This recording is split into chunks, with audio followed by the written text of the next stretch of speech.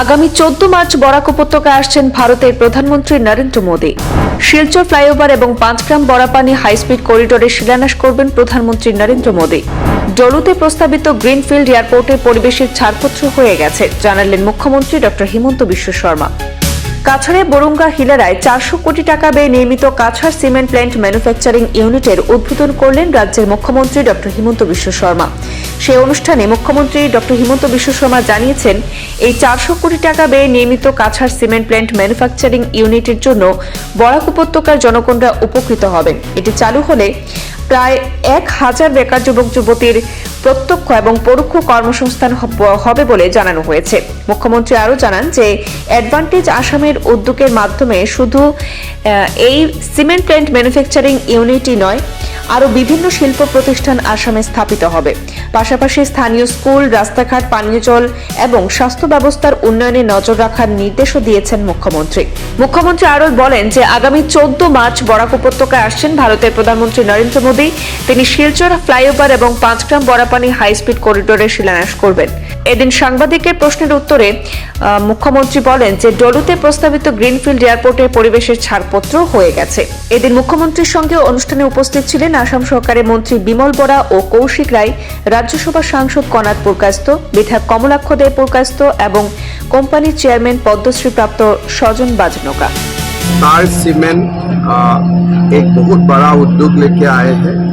2 million metric ton cement यहाँ से production होगी और लगभग 600 करोड़ रुपया का यहाँ में इन्वेस्ट भी हुआ है। ये हमारे लिए बहुत ही इम्पोर्टेंट है।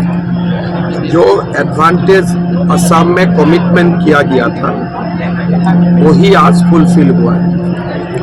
বরাক উপত্যকাত ষ্টাৰ চিমেণ্টে প্ৰায় 600 কোটি টকাতকৈ অধিক বিনিয়োগেৰে 2 মিলিয়ন মেট্ৰিক টন এটা বহুত ডাঙৰ চিমেণ্ট উদ্যোগ স্থাপন কৰিছে।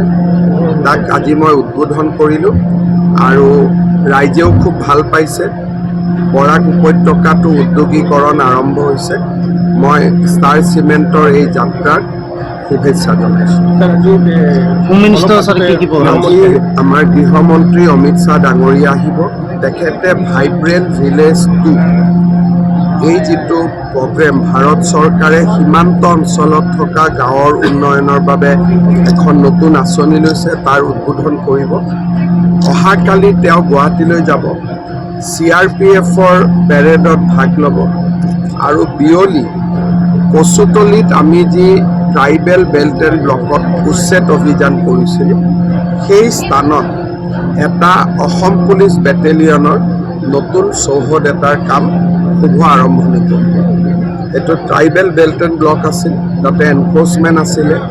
আমি খুব ষ্ট্ৰংলি সেই এনক্ৰ'চমেণ্ট আমি আঁতৰাইছিলোঁ। কাৰণে প্ৰায় 300 কোটি টকা খৰচ কৰি আমি ডাঙৰ বেটেলিয়ন এটা তাতে নিৰ্মাণ কৰিব গৈছোঁ। প্ৰিয়ংকা গান্ধী বৰ্তমানে অসমত ভ্ৰমণ কৰি আছে। যোৱাকালি নিশালৈকে মানে তেওঁলোকে মাজনিশালৈকে কৰে, মইতো ৰাতিয়ে পুৱাই দিওঁ। গতিকে আৰু তেওঁলোকে এডিট কৰিছে। মই 5 বছৰত বা আমাৰ সকলে 5 বছৰত কৰে। খালি কালি এইটো ফটো বেয়া লাগিলে যে MLA বিলাকে যেনেকৈ বহি আছে ৰাতি 2-3টালৈকে, এটলিষ্ট MLA সকলক জনপ্ৰতিনিধি হিচাপে অলপ সন্মান দিলে আমাৰো ভাল লাগে, কাৰণ আমিও MLA। কালি তেওঁলোকে যেনেকৈ লাইন পাতি বহি আছে, ছবিটো দেখি মনটো ভাল লগা নাই। বাকী মই কমেণ্ট নিদিওঁ। প্ৰধানমন্ত্ৰী 14 তাৰিখে বৰাক উপত্যকাত আহিব।